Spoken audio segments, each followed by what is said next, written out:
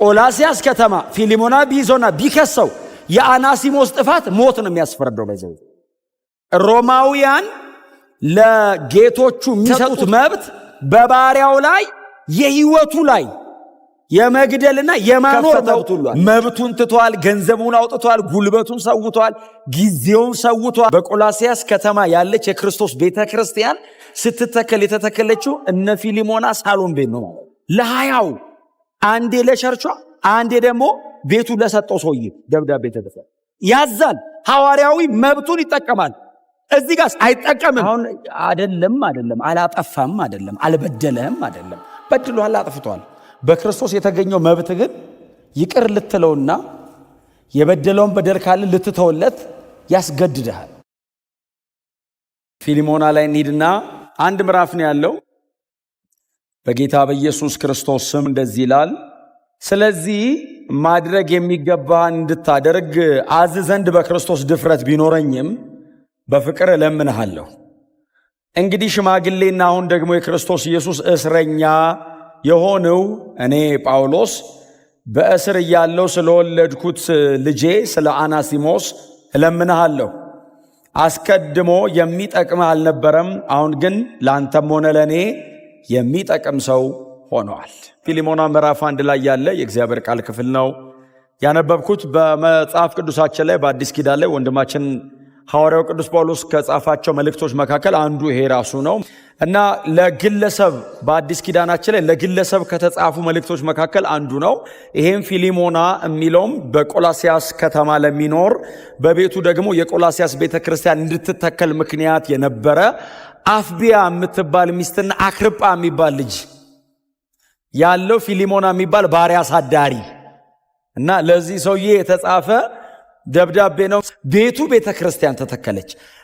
በቆላስያስ ከተማ ያለች የክርስቶስ ቤተክርስቲያን ስትተከል የተተከለችው እነ ፊሊሞና ሳሎን ቤት ነው ማለት ነው። አሁን የፊሊሞና ቤት ፊሊሞና ቤቱ ቤተክርስቲያን እንድትተከል መጽሐፍ ቅዱስ እንዲጠናበት እንደነ ማኖስሙ እንደነ ኤጳፍራ አይነት የጳውሎስ የኤፌሶን ተማሪዎች ናቸው።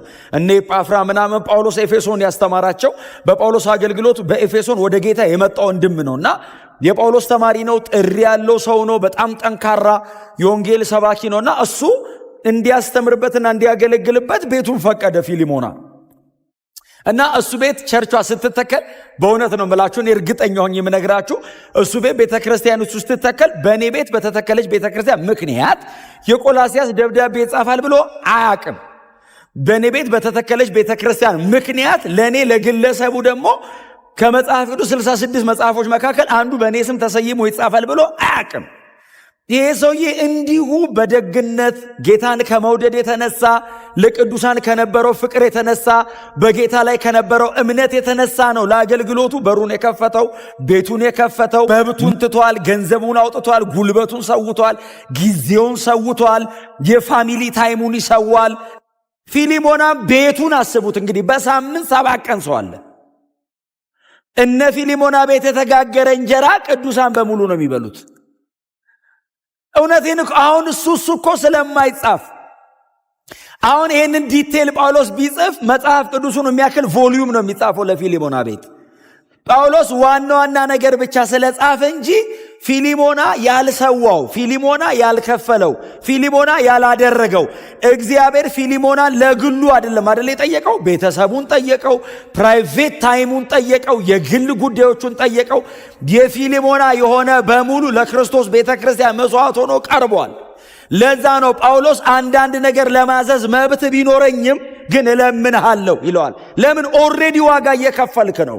ኦልሬዲ ረጅም መንገድ መታል። እንደ ሐዋርያነቴ እንደ ክርስቶስ ቤተ ክርስቲያን እረኝነቴ በእግዚአብሔር ቤት ላይ እንዳለኝ ስልጣን ማዘዝ እችላለሁ፣ ግን እለምንሃለሁ ነው የሚለው።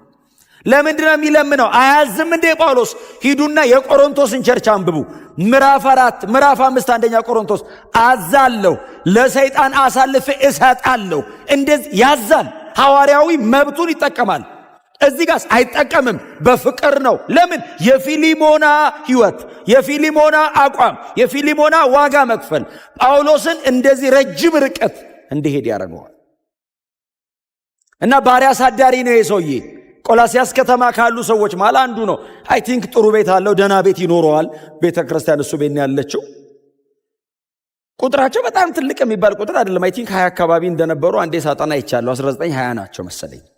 እነሱ 20 ናቸው። ለ20ው አንዴ ለቸርቿ አንዴ ደግሞ ቤቱ ለሰጠው ሰውዬ ደብዳቤ ተጽፏል። እና ባሪያ አሳዳሪ ነው ማለት ባሮች አሉት ማለት ነው። እና ከነበሩት ባሮች መካከል ይሄ ደብዳቤ እንዲጻፍ ምክንያት የነበረው ባሪያ አናሲሞስ ይባላል። እና አናሲሞስ የፊሊሞና ባሪያ ሆኖ ሳለ እንግዲህ ገንዘብ ነገር ሳይሰርቅ አልቀረም። ምክንያቱም ዕዳ ቢኖርበትን እከፍላለሁ ይላል። ሰርቋል። አይዟችሁ በጌታ ነው። እና ሰርቋል። ሰርቆ ከቆላስያስ ወደ ሮም ሄደ። ደብዳቤው የሚጻፈው ከሮም ነው። ጳውሎስ ሮም ከተማ እስረኛ ነው እና ሮም ከተማ ማሜርታይን ውስጥ ታስሮ እያለ ፊሊሞናም ድንገት ሮም አካባቢ ሲንቀሳቀስ ተይዞ እስር ቤት ይወድቃል። እስር ቤት ሲወድቅ ጳውሎስና ፊሊሞና ተገናኙ። አንዱ ሰርቆ አንዱ ሰብኮ ነው የገቡት እና ያኛው በሌብነት ነው የገባው፣ ይሄ ደግሞ በወንጌል ሰባኪነት ነው የገባው። ጳውሎስ ሲያገኘው ጳውሎስ ደግሞ ታውቃላችሁ ምንም አይመርጥም። ነፍስ ገሎ የሚግባ ሰርቆ የሚግባ ዝም ብሎ የሚግባ ካገኘ ወንጌል ነው የሚሰብክ እና ቁጭ አድርጎ ወንጌል ሲሰብካቸው አናሲሞስ ወደ ጌታ መጣ። ኢየሱስ ክርስቶስን እቀበለዋለሁ አለ። ትቀበለዋለህ? አዎ የሕይወቴ ጌታና ዳኛ አድርጌ እቀበለዋለሁ አለ። እኔም በኋላ ጥሪ ያደርጋለሁ ሲል በቃ ጌታን አስቀበለው። ማስቀበል ብቻ አይደለም የእስር ጊዜውን እስኪጨርስ ድረስ አስተማረው። አርጎ የክርስትናን የመጀመሪያ ትምህርት አስተማረው። በጌታ ወንድም መሆኑን አረጋገጠ። ዝም ብሎ አስተምሮ ስለለቀቀው አይደለም የሚጽፍለት። በጌታ የታመነ ወንድም ነው፣ ለእኔ ልጄ ነው፣ ለአንተ ወንድምህ ነው ይለዋል። አሁን ጌታና ባሪያ አትሆኑም አለው። አሁን አናሲሞስ ጌታ ቀይሯል። አንተ ጌታው አትሆንም። ኢየሱስ ነው ጌታው። ኢየሱስ የአናሲሞስም የፊሊሞናም የጋራ ጌታ ነው። አሁን ይሄ ወንድም አንተ ቤት ሊሰራ ይችል ይሆናል እንጂ በጌታ ግን የተወደደ ቀጥሎ የታመነ ወንድምህ ነው። ጳውሎስ ወንጌል ምን ያህል ትራንስፎርም እንደሚያደርግ ያምናል። ሌባ ነበረው፣ ምን እርግጠኛ ያደረገ ወንጌል ገብቷል፣ ወደ ህይወቱ ተቀይሯል። እኔን አሳዳጅና ሌባውን ነፍሰ ገዳዩን ሰውዬ እንዲህ ካደረገ እኔ አንድ በጣም ልቤን የሚነካ ቃል ይጠቀማል። ገላትያ ምዕራፍ 1 ጳውሎስ ከኃጢአተኞች ዋና የሆንኩት